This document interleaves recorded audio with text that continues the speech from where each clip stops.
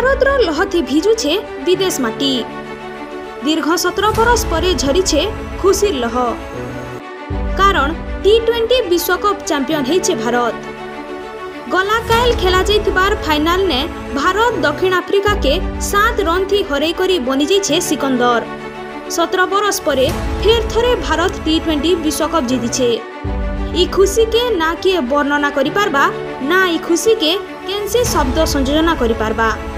विदेश रो माटी ने झरीतिबार ई लह समस्तन को खुशी देइछे। रातिर 11 बजे परे भी भारत रो छुआनु बुढ़ा सभे चेतिथिले खुशी मनाबार लगी। समस्तंकर मने से अपूर्व आनंद, अहेतुक खुशी जे आज फिर थरे भारत विदेश रो ना रे जीतिछे T20 वर्ल्ड कप। 2007 ने अनुष्ठित पहला T20 विश्वकप ने भारत चैंपियन होइतिला। टॉस जीति करी भारत रो पहला बैटिंग करबार निष्पत्ति नेतिला। अधिनायक रोहित शर्मा नेतृत्व ने भारत 6 विकेट हरई करी स्कोर 176 रन करिथिला। टीम इंडिया तरफनु विराट कोहली 76 रन रो धुआंधार बैटिंग थी से 56टा बॉल ने व्यक्तिगत भावे 76टा रन करथिले। इथिरे 6टा चौका 2टा चौका हेतिला। युव बैटर 16टा बॉल खेली करी 27 रन संग्रह करथिले। इथिने 3टा चौका 1 छक्का शामिल थिला। रोहित शर्मा 9 रन करथिले। Surya Kumar Yadav 3 run, Hardik Pandya 5 run, Ravindra 2 run करथिले।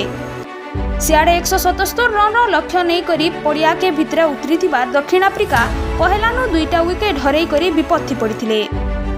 रेजा हेनरिज खाली 4 रन और अधिनायक आइटन मार्कराम 7 रन करी आउट होइतिबार बेलके क्विंटन डिकान, डस्टन स्टॉलर गुटे भल पार्टनरशिप करी संभैथिले।